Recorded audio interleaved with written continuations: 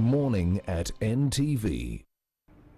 Well, this is Morning at NTV. Many thanks for still staying with us, and of course, many thanks as well for engaging with us on hashtag Morning at NTV, and also for tagging us directly, of course, at Malaki Vilodera and at Romeo Busiku across all the social media platforms. We're getting your responses with regards to that conversation that we're coming from, of course, with regards to violence against women and girls. And so this morning, we're asking you, how can we go about ending gender-based violence in the country? So let me start off with your responses on Twitter at Esikuhaya. Yes, 20, you're telling me.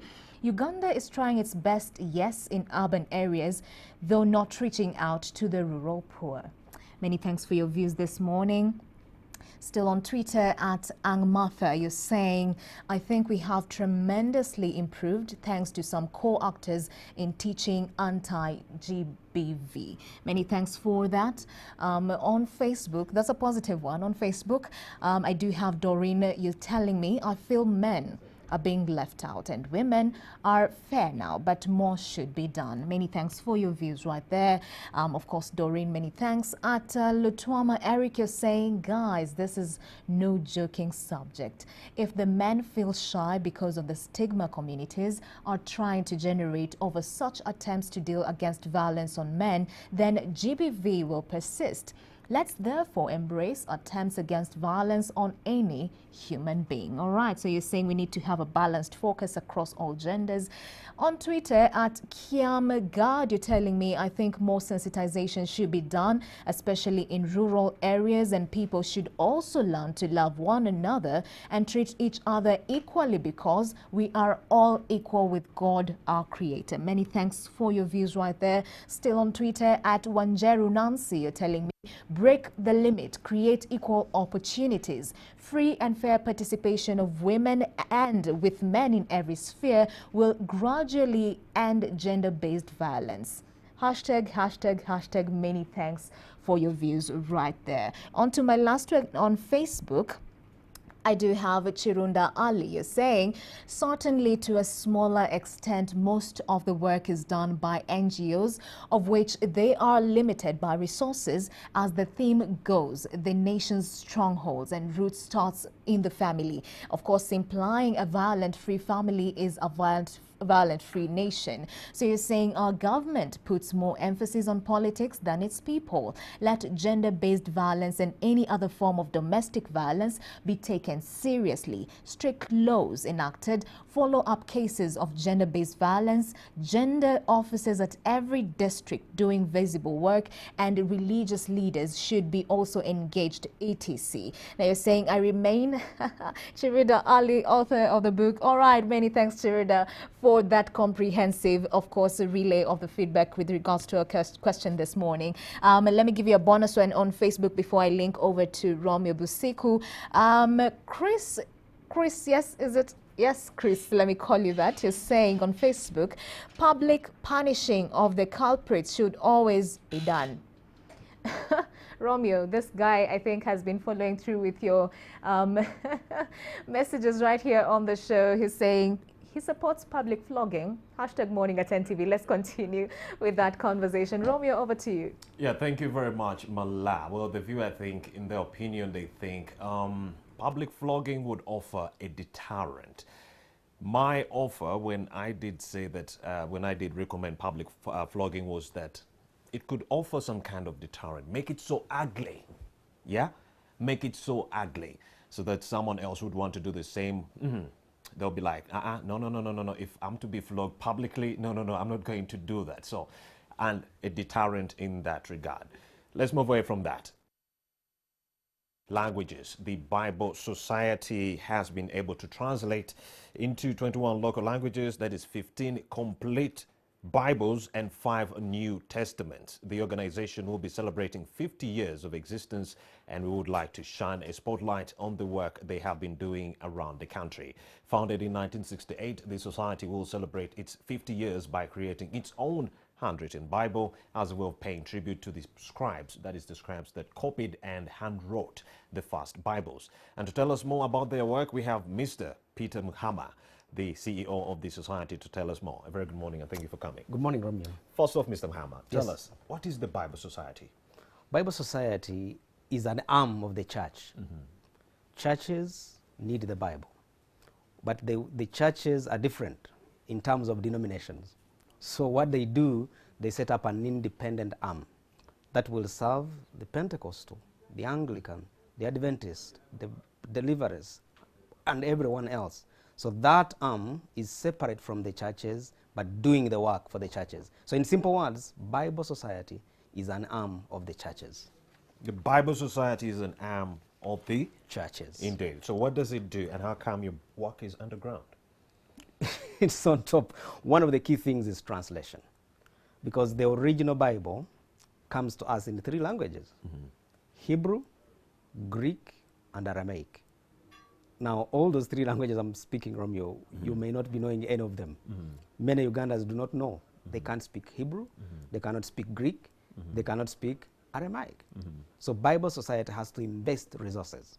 How do we get those Bibles into the local languages of Uganda?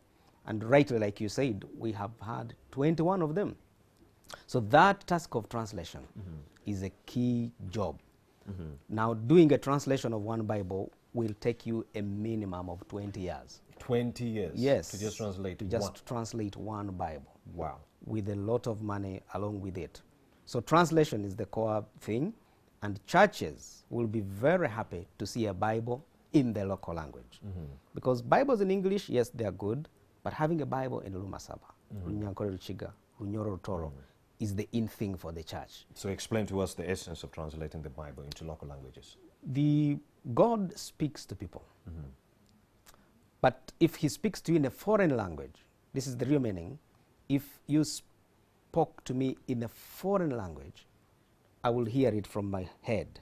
If you spoke to me in a mother tongue, I'll hear it from the heart. The heart is where many changes take place in the life of a person. So translation brings God's word in the heart lives of the people. Now that is a real mandate that we look for. Do I need a Bible in the local language when somebody can read English? Yes. Personally, I have proved that when I read the Bible in English, there are things I understand, but when I read the Bible in the local language, it even makes a lot of meaning. So should the translation attempt to use the same English word for each Greek and Hebrew word? Very difficult. Very difficult. Very difficult. How? Languages have different ways of rendering, and English is also a translation from other translations over time. So English has its limitations as well. And I think me and you today, we cannot even know how many English translations exist. Several. Why? They are all attempting to come to as close a translation as possible. So you can't go word by word, but I think one of the interesting ways of translating is meaning. Getting the meaning, what was this verse meaning, and bring it in the local language. If you go word by word, the meaning you render can easily change. So you go thought for thought. So perfect. Indeed. What is this meaning? Then you bring it into the local language. Yes, so that's what we do as Bible Society. So how can a passage be translated in so that it cannot be misunderstood? 3 pillars. And one of the pillars is to make sure that the person who is translating has some theological understanding, has some knowledge of the Bible, the contexts. So that's one. The second one is that the person is in touch with the people. Because when you're writing, you need to be in touch with the readers. You could easily write and the readers tell you, there is nothing we understand. That's the second one. But the third one is you need to be in touch with a consultant who knows the original languages. So those 3 pillars help you not to deviate from the original context. I have theology, I know what the Bible is saying, but I'm also writing what speaks to the people, and I have somebody who tells me, no, the word you are using is not the right word. You are changing the meaning. So those 3 pillars help us bring the word that is to the root. So how would you translate Hebrew poetry? It's very complicated. Very complicated. You see, the whole Bible is an amazing book. There's poetry, there is history. Those things keep changing. So rightly, like you have said, and complicated as it is, if you ever used one of our local Bibles, you would find it so interesting. We try our level best. Sometimes on the first translation, you won't bring out the poetry very well. But on the second one, there will be improvement. Languages grow. Languages grow. And we use that sometimes we can begin to create poetry using the Bible. There is a word you come across in the Hebrew, in the English, you want to have it in the Bible, it is not there. You have to create it. I mean, I could use my own local language when we are talking about the Tower of Babel. Busiku Yaramugishu. Yeah. How would you see the Tower of Babel? Yeah. And then you have to create a word. You know, Kwai Kile Hanabusa. A building. So then that becomes the word. And people will learn. So the Bible now becomes a book for learning the language. But Mr. Muhammad, we live in a day and age where the young people are deviating from Bible reading like we used to back in the day, 20 or 30 years ago. What could be the problem? Why are young people deviating from Bible reading? It is the age we are living in. It's an age which is digital, with a lot of information. They are really bombarded with these forces, plus the Western forces. So that is the landscape where we are. And that's one reason as Bible Society, we don't want to just remain on print, but also go digital, because it is in that space that we shall meet. Now, there are two ways of looking at it. We could say young people are deviating, very true, but there are also young people who are going more into the Word. I think the role for us as Bible Society, the arm of the church, to make sure the Bible is available in a format they want. Can I have it on my phone? Yes. Can I have it on my iPad? Yes. Can I find it online? Yes. So that will make it easy for them. And those are the tools we are putting in place as Bible Society. As the world pushes their message, we too should push our message. Then the person has to make a decision. Do I go with a Bible message, or do I go with the message of the world? You are aware, we have had two kingdoms. There's a kingdom of God, there's a kingdom of the enemy. And both of them are trying to win as many as possible. Now there is a word which doesn't sound very good, that the way to heaven is narrow. I don't know if you've come across that. Come across it, yeah. Yes, and then the way which goes, which would mean more people will go. Now that's not what I'm speaking about today. The question you're asking me is, how can we get more young people engaging with the Bible? Yes. And I think you're asking me rightly, saying, Bible said you're responsible for this. And I think we are putting those tools in place. Just allow me to let you know one of the tools. I visited Malawi. And when we were speaking to the young people, we were telling them, avoid pornography. That was our message as older people. And the young girl stepped on the platform and challenged us. She says, we don't look for pornography. It looks for us. When I am on the computer, it pops up. In fact, I was arguing like you're saying, you're feeling. It's the devil looking for them. But they said, when I am on the computer, something pops up. And when I click on it, it leads me to another thing. When I click, so she challenged us. Said, Bible Society, why don't you do something that also pops up? When I'm on the computer, why don't John 3:16 pop up? And I continue.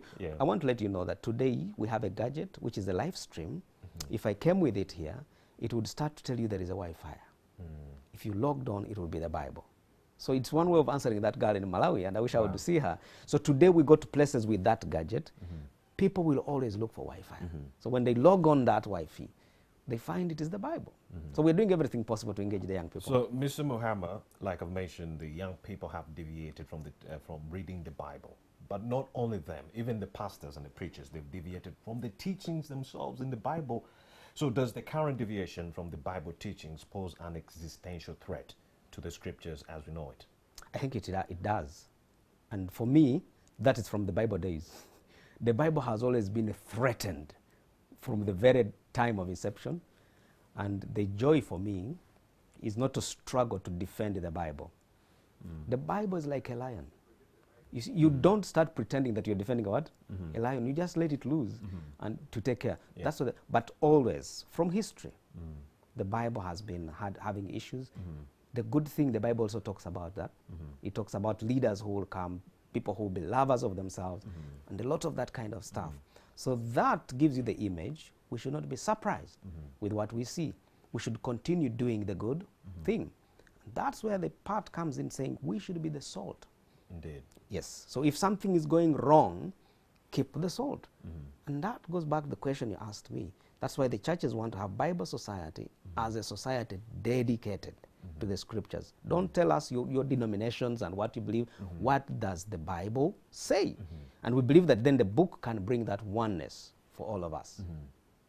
So, okay, let's talk about the cost implications of translating the Bible. You say when it comes to the issue of time, it can take 20 years can take 20 to years. just translate one Bible. Let's talk about the cost implications of translating that Bible.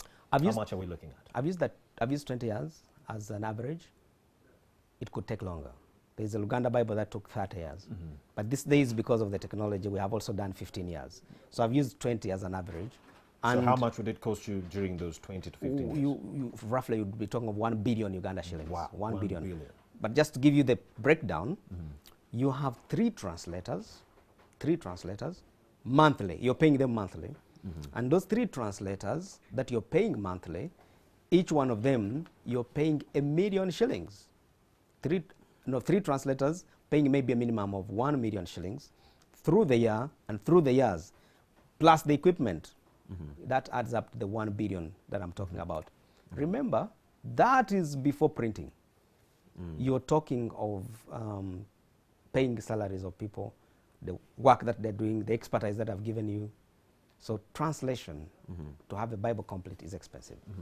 So should the grammatical form of the original be disregarded in the translation No, for the sake of readability? no. No. We should keep both lanes. Original, I think many people cry for having the Bible stick to the original. And there is one particular Bible that has that flavor, King James. King James, yes. King James, it has that flavor. Now, the challenge is this. Not everybody can understand the King James language.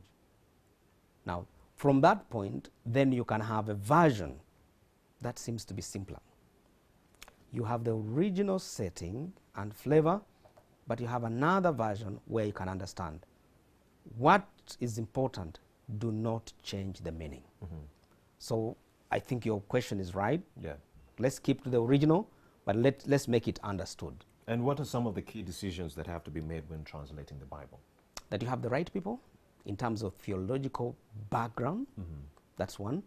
Two, that you have a translation consultant who takes you to the original languages. Because today we have few people who know Greek, Hebrew, Aramaic, but we do have those consultants who come to us from outside the country. But Uganda as a nation, we're also grooming two of ours. It's expensive, but we are working on that so that you keep in touch with the original languages. Three, the audience. Whatever small piece that we translate, we take to the audience to test out, to make sure that what we shall finally publish will be palatable. Yeah. So theological training, are you one of the people that would advocate for that religious law from government?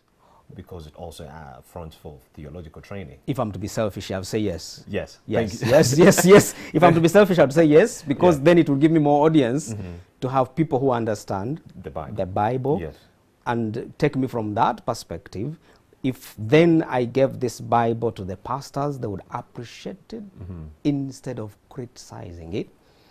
So all of us would be like on the same page. Yes. But if they are not trained, criticisms would be higher. So from a selfish point of view, I would say so. So what's in the law that you do not agree with? I think I do agree with the law. Some people think that God has gifted some people, which is true, and so unnecessarily requiring them that they should have theological training is wrong. I want to respect that. That's their opinion. But now me, I'm working with Bible Society, and I want to have people who are educated in this. So the law would benefit me. So let's go back to the translations. What theory of translation is to be used? Is it formal or dynamic equivalence? We have three. There is the literal, Literal. yeah. So that would be one. But then there is the thought, for thought. And then there is one that is in between, where you're referring to the dynamic kind of thing, in between. Because if you keep too literal, which has been very difficult, Yes. you can lose the meaning. And then if you go so much of thought, there are certain elements you completely lose. Yeah. So then there is another one in between. My advice is, which I think many people are doing, don't have only one Bible. I'm not doing this to promote the sale of more Bibles, Indeed. but have one Bible with this version, the other version, so that when you're reading and you're having challenges, then you can go to the other one. So those renderings, I think, are important for us today. Yeah. And what do the translators do with the words that have an uncertain meaning? Oh, they consult the audience. That's one. Two, of recent we've realized the Holy Land is a very helpful place, Israel. When you take the translators to Israel and make them move through Israel, the lands, they appreciate a lot. There is one tribe in Uganda from Teso. The translators went to the Holy Land. They told them about certain trees, like when they said this is a scamo tree, they were able to relate with the tree back home, which was fantastic for us. So translators can be helped in that way. They have the knowledge, yes, but also going to the Holy Land helps them appreciate some of the terms that would be very difficult. That's one. Two, they will consult with the public. Three, if the worst has come to the worst, they will borrow the word. I'll just give you an example. In Uganda, the mustard seed, in other languages in Uganda, the mustard seed is called kalidali, something like that. Now, when you go to look for those words, they may not be there in those languages. Yes. So you borrow from the neighboring language as we still develop the word. Okay, so which books should make up the translation?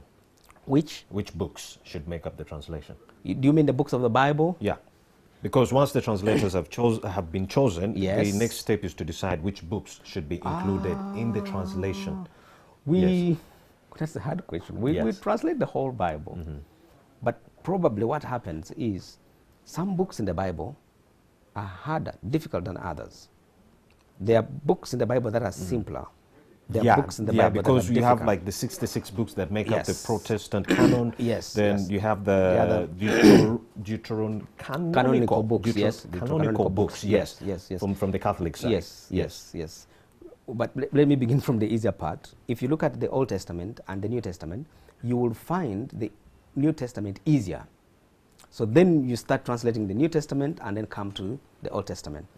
Most of the churches, if I could put them under the category Protestant, I don't know whether that covers, they will use 66 books. And that's what they agree on as the proto-canon.